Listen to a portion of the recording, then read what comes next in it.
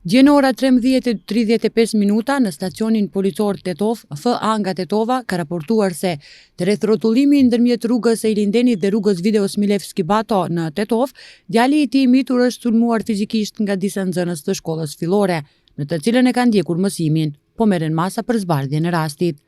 Dje në ora 14:30 në stacionin policor Tetov, HM 29 vjeçar nga Tetova, ka raportuar se një ditë më parë në ora 16, gjatë pushimit të gjatë, djali i saj mitur, nxënës i të njëjtës shkollë fillore në Tetov, është sulmuar fizikisht nga shoku i klasës, po merren masa për zbardhjen e rastit. Dje në ora 18:20 në stacionin policor Tetov, një 58 vjeçar nga rrethina e Tetovës, ka raportuar se është mashtruar nga AN dhe NB, të dy nga Tetova, për shumën 2.650 euro. Sipas raportit, në shkurt të vitit 2025 ka arritur marrëveshje me AN, i cili është paraqitur si menaxheri një personi juridik nga Tetova, dhe me NB të transportonte automjetin e pasagjerëve Mercedes nga Zvicra, për shkak se kishte paguar shumën për transport dhe rregullimin e dokumenteve të zhdoganimit me transfer të shpejt. Sipas raportimit, deri në momentin e denoncimit nuk i kanë sjell as automjetin dhe as nuk i kanë kthyer parat, po merren masa në zbardhjen e rastit. Dje në periudhën prej ora 14 deri në ora 20, zyrtarët policor të SPB Tetov